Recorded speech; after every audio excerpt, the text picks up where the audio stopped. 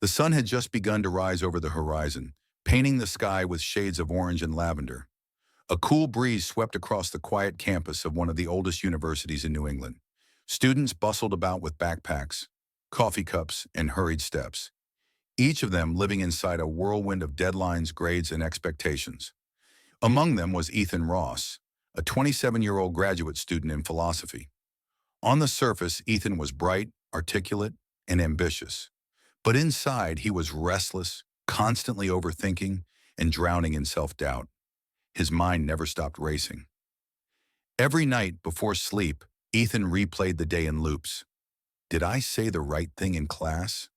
What if my professor thinks I'm stupid? What if I'm not good enough to finish this degree? What if I never find purpose in my life?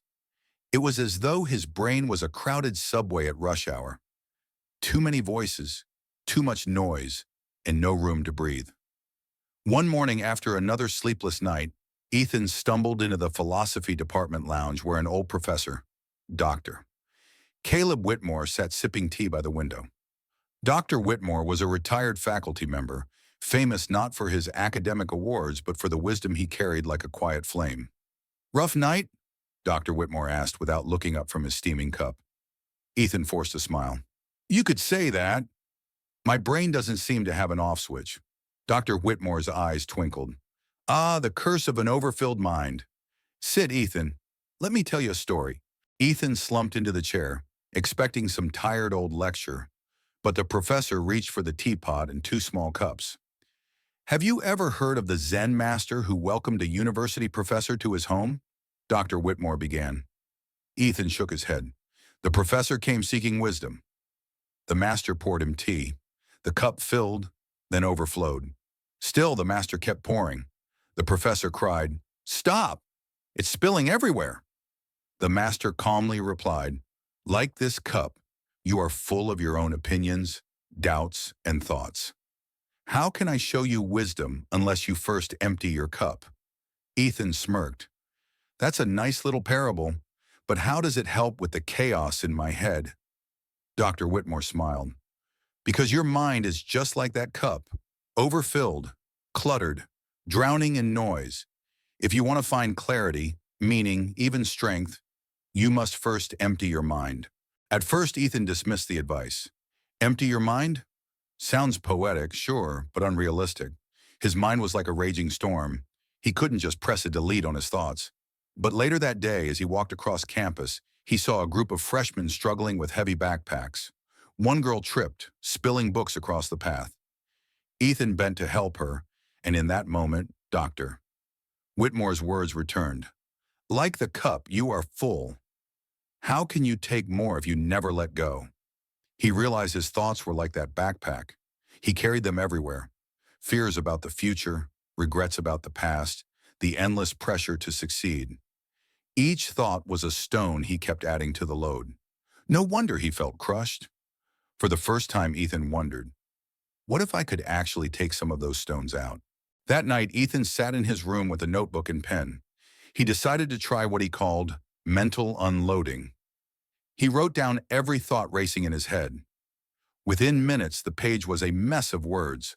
"I'm not smart enough. What if I fail my thesis defense? What if my parents are disappointed?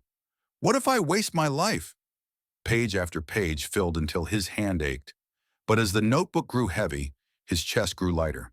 For the first time in months, he slept peacefully. When he told Dr. Whitmore the next day, the old professor nodded. "Good. That is the first step. Empty the mind onto paper. Now the next step is harder. Learn to live in the empty space." Over the following weeks, Ethan continued practicing. But emptiness felt unnatural, even frightening. When his mind went quiet, he felt lost. Sensing his struggle, Dr.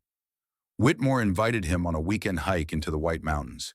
They walked for hours through thick forests until they reached a clearing with a breathtaking view of snow-capped peaks. "Look at that mountain, Doctor," Whitmore said. "Solid, immovable, timeless. Now look at the clouds around it, shifting, restless, always changing." Most people mistake themselves for the clouds. Their thoughts come and go and they chase after each one, getting lost. But wisdom comes when you realize you are the mountain. Thoughts are just passing weather. Let them drift. Stay rooted. Ethan stood silently, watching the sky. For the first time he understood. He was not his thoughts. He was the awareness beneath them.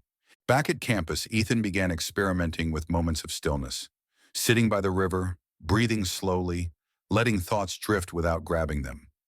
At first, the silence felt like standing on the edge of a cliff, terrifying. But gradually, he discovered a strange power in it. He stopped over-preparing for every conversation. He started listening, really listening, to people. In classes, he spoke less but with more clarity. In debates, his words carried weight, not because they were loud, but because they came from a still place inside him. Friends noticed, professors noticed, even Ethan noticed that his anxiety no longer ran the show. One evening, as he walked home under a sky full of stars, Ethan whispered to himself, "Empty your mind, and in the space that remains, you'll find yourself." 5 years later, Ethan Ross was no longer the nervous, restless student. He had become a sought-after speaker and writer, traveling across the world to talk about resilience, clarity, and the art of an empty mind. At a conference in London, he shared his story with thousands of listeners. He spoke of the overflowing cup, the heavy backpack, the mountain, and the silence that had changed his life. He ended his talk with words that echoed in the auditorium long after he left the stage. Emptying your mind doesn't mean erasing your thoughts. It means creating space, space to breathe, to see clearly, to live fully. We are not our fears. We are not our doubts. We are not the storm. We are the mountain beneath the storm. And when we live from that stillness, nothing can shake us. The crowd rose to their feet. For Ethan, it wasn't about applause. It was about sharing what had once saved him from himself, the power of emptiness. The story of Ethan is, in truth, the story of all of us. We carry too much in our minds. What ifs, regrets, worries, fears. We fill our cups until they overflow. But the wisdom of life is simple. You cannot pour more into a cup already full. Empty your mind. Let go of what no longer serves you. Release the stones you carry. Learn to be the mountain, not the storm. For in emptiness, you will not find nothing. In emptiness, you will finally find everything.